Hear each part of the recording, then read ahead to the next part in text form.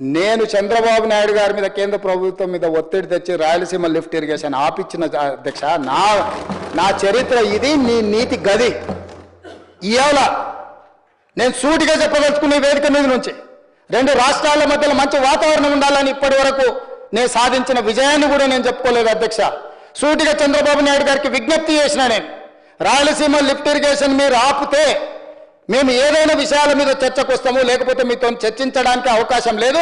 మొట్టమొదట 3 టీఎంసీలు per day అక్రమంగా నిర్మిస్తున్న రాయలసీమ లిఫ్ట్ ఇరిగేషన్ పనులను మీరు ఆపండి అని మేము వారిని క్లోజ్డ్ రూమ్లో అడిగితే మా మీద గౌరవంతో రాయలసీమ లిఫ్ట్ ఇరిగేషన్ ఆపేసింది అధ్యక్ష.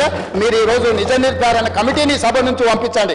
కూనంనేని సాంబశివరావు గారిని, అక్బరుద్దీన్ ఓవైసీ గారిని, బీజేపీ మహేశ్వర్ రెడ్డిని ఎవరిని కమిటీ చేస్తారో, ఇంక్లూడింగ్ బీఆర్ఎస్ మాజీ సాగునీటి పారుదల శాఖ మంత్రులు 2 ఉన్నారు, చంద్రశేఖరరావు, హరీష్ రావు.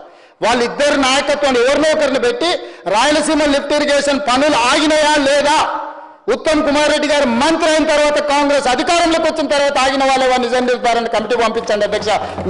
మీరు ఆదేశాలు ఇవ్వండి అధ్యక్ష. ఈ సభ నుంచి మేము అక్కడ రాయలసీమ లిఫ్ట్ను 3 టీఎంసీలు పర్ డే దోపిడీని ఆపిచ్చి చర్చల పేరు మీద ఈరోజు పాలమూరు రంగారెడ్డి ఎత్తిపోతలకు అనుకూలంగా నిర్ణయాలు వచ్చి ఉమ్మడి రాష్ట్రంలో మా ప్రాజెక్టులకు మీరు ఎలాంటి అభ్యంతరాలు పెట్టకండి, మా కడుపు కొట్టకండి అని వాళ్ళ మీద ఒత్తిడి తీసుకొచ్చి ఈరోజు ఒక కొలికి పట్టుకొచ్చిన